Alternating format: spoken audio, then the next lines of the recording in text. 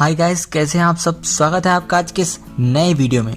मेरा नाम है अंकित और आप देख रहे हैं साइंस साला। दोस्तों, आज के इस वीडियो में हम क्लास 11th के second chapter structure of atom के फर्स्ट पार्ट को कवर करेंगे, जिसमें हम डिस्कवरी ऑफ इलेक्ट्रॉन के बारे में जानेंगे कि इलेक्ट्रॉन की डिस्कवरी कैसे हुई, जिससे रिलेटेड एक एक्सपेरिमेंट है जिसे हम कैथोड रे ट्यूब एक्सपेरिमेंट कहते हैं, जो कि जे थॉमसन के द्वारा परफॉर्म किया गया था। दोस्तों, इससे पहले मैं चैप्टर फर्स्ट की लगभग 7 से 8 पार्ट बना चुका हूं। आप आई बटन पर क्लिक कर उस चैप्टर को पूरा देख सकते हैं। यहाँ पर मैं उसकी प्लेलिस्ट दे दूंगा, ठीक है।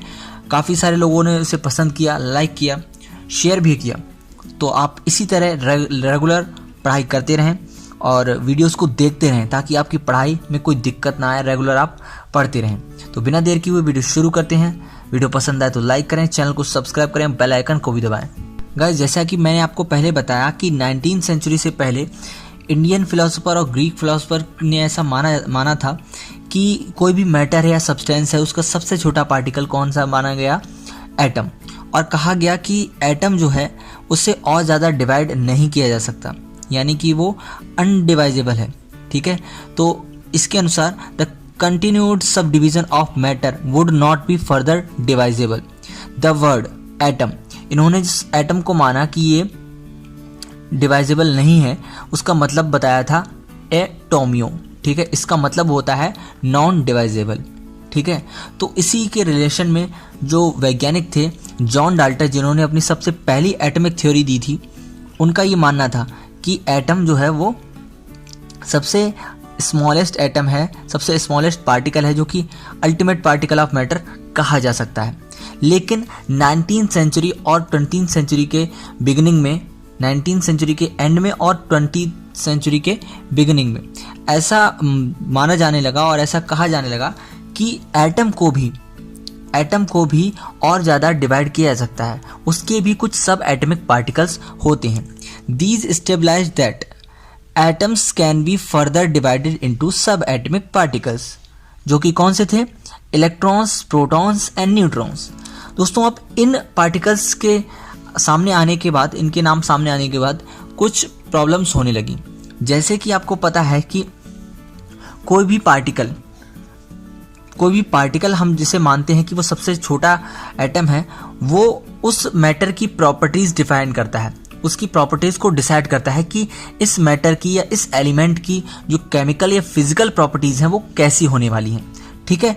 तो ये सारी चीज़ें जब सामने आने लगी इलेक्ट्रॉन, प्रोटॉन्स और न्यूट्रॉन्स के बारे में, तो काफ़ी सारी थ्योरीज बनने लगी। किस चीज़ के बारे में? देखिए, कुछ समस्या आने लगी। वो क्या क्या थी? आई to account the stability of atom. किसी भी एटम की स्टेबिलिटी के ऊपर सवाल खड़े होने लगे आफ्टर द डिस्कवरी ऑफ सब एटमिक पार्टिकल्स। जो इलेक्ट्रॉन, प्रोटॉन और न्यूट्रॉन थे, उनकी डिस्कवरी के बाद जो एटम थी उसकी स्टेबिलिटी पर सवाल आने लगे, ठीक है। और सेकंड क्या आया? To compare the behaviour of one element from other. अब जब जो बेस था किसी भी एटम या एलिमेंट की जो प्रॉपर्टीज थी, उसको पहचानने का, उसको एग्जामिन करने का जो बेस था वो एटम था, लेकिन अब वो नहीं रहा। अब इलेक्ट्रॉन और प्रोटॉन और न्यूट्रॉन पर बातें सामने आने लगी। तो किसी भी एक एलिमेंट का दूसरे के रिस्पेक्ट में जो बिहेवियर था, जो कंपैरिजन था, वो करना थोड़ा सा मुश्किल हो गया, जिसके चलते किसी भी एलिमेंट की फिजिकल और केमिकल प्रॉपर्टीज को एग्जामिन करना उतना संभव नहीं था, उतना पॉसिबल नहीं था कि उसे उनके बिहेवियर को एक दूसरे से कंपेयर कर पाए। तीसरी दिक्कत हमारे सामने आई to explain the formation of different kinds of molecules. अब एटम भी सब डिवाइडेड होने लगे, एटम को भी उन्होंने डिवाइड कर दिया, तो उनकी फॉर्मेशन को लेकर दिक्कत आने लगी कि कोई भी अलग अलग मॉलिक्यूल्स की जो फॉर्मेशन होगी वो किन किन एटम से मिलकर हो सकती है, उनकी क्या क्या कॉम्बिनेशन हो सकते हैं। और गाइस, चौथी सबसे बड़ी दिक्कत वो ये आई कि उसके ओरिजिन और उसके नेचर, यानी कि जो एलिमेंट है उसकी ओरिजिन और नेचर को लेकर, उसकी कैरेक्टरिस्टिक्स को लेकर सवाल खड़े होने लगे और उसकी अंडरस्टैंडिंग अलग होने लगी। और ये जानना मुश्किल हो गया कि उस एलिमेंट की इलेक्ट्रोमैग्नेटिक प्रॉपर्टीज क्या है, ठीक है। क्योंकि क्या होता है कि किसी भी एलिमेंट से कोई भी अगर इलेक्ट्रोमैग्नेटिक रेडिएशन अगर एमिट होती है या वो उस रेडिएशन को अब्जॉर्ब करता है, ठीक है, तो ये उसके पार्टिकल्स की प्रॉपर्टीज पर डिपेंड करता है। अब चूंकि एटम जो था वो अल्टीमेट पार्टिकल नहीं रहा, अल्टीमेट पार्टिकल इलेक्ट्रॉन, प्रोटॉन और न्यूट्रॉन हो गए, ठीक है। तो इसलिए उनकी अंडरस्टैंडिंग और उनका जो नेचर था, कैरेक्टरिस्टिक्स थी, उनको समझने में दिक्कत आने लगी। तो इसके लिए काफ़ी सारे वैज्ञानिकों ने एक्सपेरिमेंट करने शुरू कर दिए। और दोस्तों उन्हीं एक्सपेरिमेंट की डिस्कवरी में हमारे सामने सबसे पहले डिस्कवरी आई इलेक्ट्रॉन की डिस्कवरी। दोस्तों in mid 1850 many scientist mainly Faraday began to study electrical discharge in partially evacuated tube.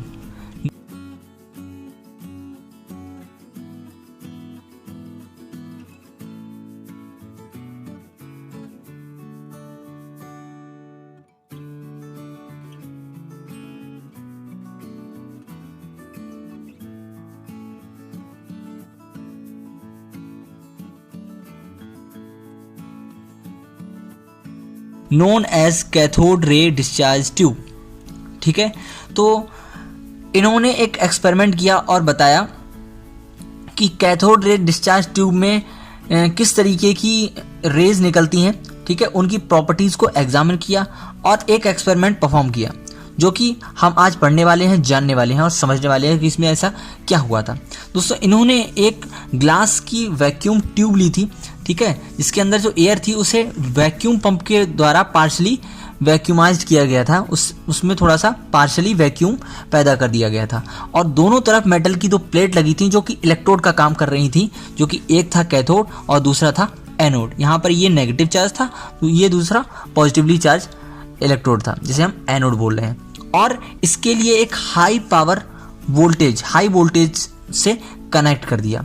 तो इसके लिए इन्होंने दो नेसेसरी चीज़ें देखी कि एक तो ये कि इसमें लो प्रेशर होना चाहिए, पार्शली वैक्यूमाइज्ड होना चाहिए, और दूसरा इस पर हाई वोल्टेज लगाई गई, ठीक है।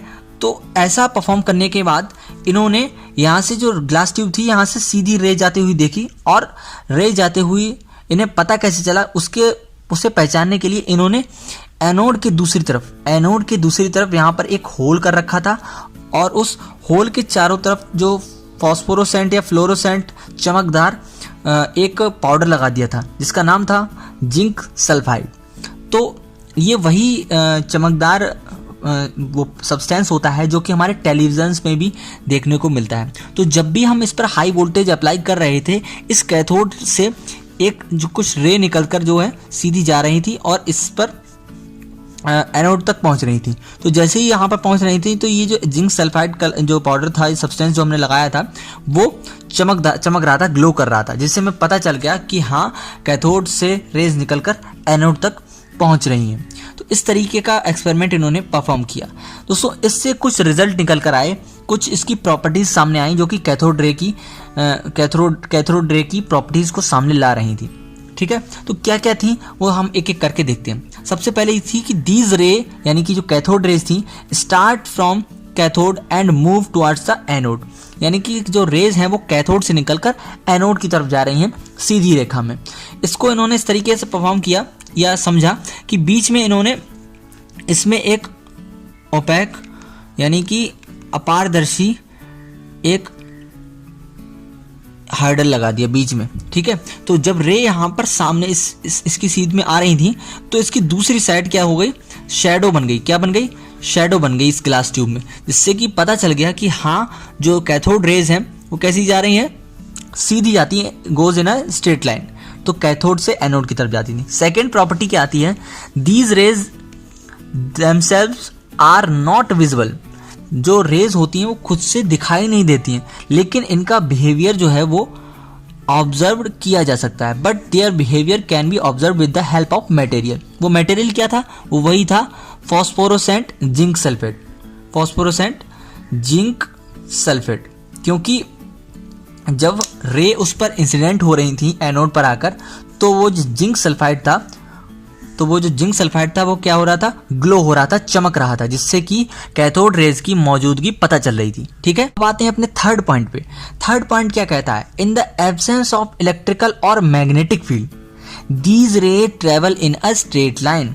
कहने का मतलब ये है कि जब इस जो वैक्यूम ट्यूब है हमारी, ये जो ग्लास ट्यूब है, इसमें अगर इलेक्ट्रिकल और मैग्नेटिक फील्ड एब्सेंट है तो ये सीधी रेखा में चलती हैं, goes in a straight line. अगर हम यहाँ पर एक नेगेटिव चार्ज और एक पॉजिटिव चार्ज लाकर रख दें, ठीक है, तो ये रेज जो थी वो पॉजिटिव चार्ज की तरफ मुड़ गई, पॉजिटिव चार्ज की तरफ मुड़ गई, जिससे इनके नेगेटिव नेचर का पता चलता है। इससे पता चलता है कि इन कैथोड रेज में इलेक्ट्रॉन जो कि नेगेटिवली चार्ज होते हैं वो प्रेजेंट थे।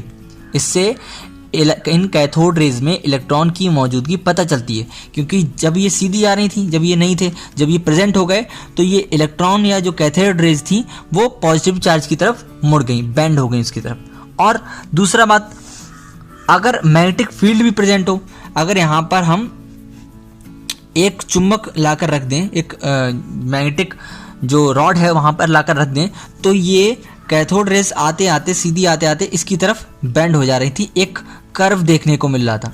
कैसा देखने को मिल रहा था? एक कर्व देखने को मिल रहा था, जिससे पता चल रहा है कि अगर इलेक्ट्रिक फील्ड और मैग्नेटिक फील्ड एब्सेंट होता है तो कैथोड रेस कैसी चलती हैं? सीधी चलती हैं। और अगर इलेक्ट्रिक फील्ड और मैग्नेटिक फील्ड पता चलता है तो वो क्या हो जाती हैं? थोड़ी सी बेंड हो जाती हैं, कर्व हो जाती हैं। ठीक है, अब चलते हैं अगले पॉइंट की तरफ। गाइस, अगला पॉइंट इसी से निकल कर आया है और हमें क्या बताता है, देखिए, in the presence of electrical और magnetic field the behaviour are similar to that expected from a negative charge particle.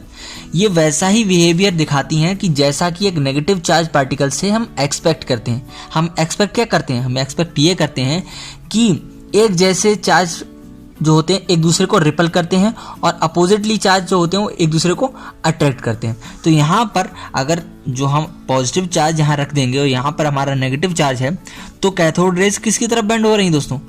ये पॉजिटिव चार्ज की तरफ बेंड हो रही हैं, जिससे क्या पता चल रहा है कि इलेक्ट्रॉन्स की मौजूदगी है, कैथोड रेज में इलेक्ट्रॉन प्रेजेंट हैं। ठीक है, अगला पॉइंट क्या कहता है? अगला पॉइंट कहता है कि the characteristics of cathode rays do not depend upon the material of electrodes. यानी कि जो कैथोड रेज की कैरेक्टरिस्टिक्स है या उनका जो नेगेटिव नेचर है वो इलेक्ट्रोड्स जो हमने बनाए हैं, कैथोड के इलेक्ट्रोड और एनोड के इलेक्ट्रोड, जिस मेटल के हमने लिए होंगे उसके मटेरियल पर डिपेंड नहीं करता। ठीक है, और ना ही इस जो ट्यूब है, ग्लास ट्यूब, इसमें जो हमने गैस ली होंगी उसके नेचर पर भी डिपेंड नहीं करता। तो इतने कुछ रिजल्ट्स, ये कुछ बातें इस कैथोड रेज एक्सपेरिमेंट से निकल कर आती हैं। आई होप आपको ये सारी जो प्रॉपर्टीज थी ये ज़्यादा इंपॉर्टेंट थी, ये आपको समझ में आ गई होंगी। अगर आपको ये समझ में आई तो आप वीडियो को लाइक करें, चैनल को सब्सक्राइब करें, बेल आइकन को दबाएं, अपने फ्रेंड्स के साथ इस वीडियो को जरूर शेयर करें। इसका सेकंड पार्ट हम डेली लेकर आते रहेंगे। ठीक है, लगातार हम पार्ट लेकर आते हैं, आपको बस केवल लाइक करना है, चैनल को सब्सक्राइब करना है। ठीक है, और अपने सजेशंस मुझे कमेंट सेक्शन में जरूर बताएं, आपको क्या समझ में आया, क्या नहीं समझ में आया, क्या दिक्कत है, मैं उसे जरूर पढ़ना चाहूँगा। ठीक है, मैं मिलूंगा हमारी अगली वीडियो में, तब तक के लिए गुड बाय।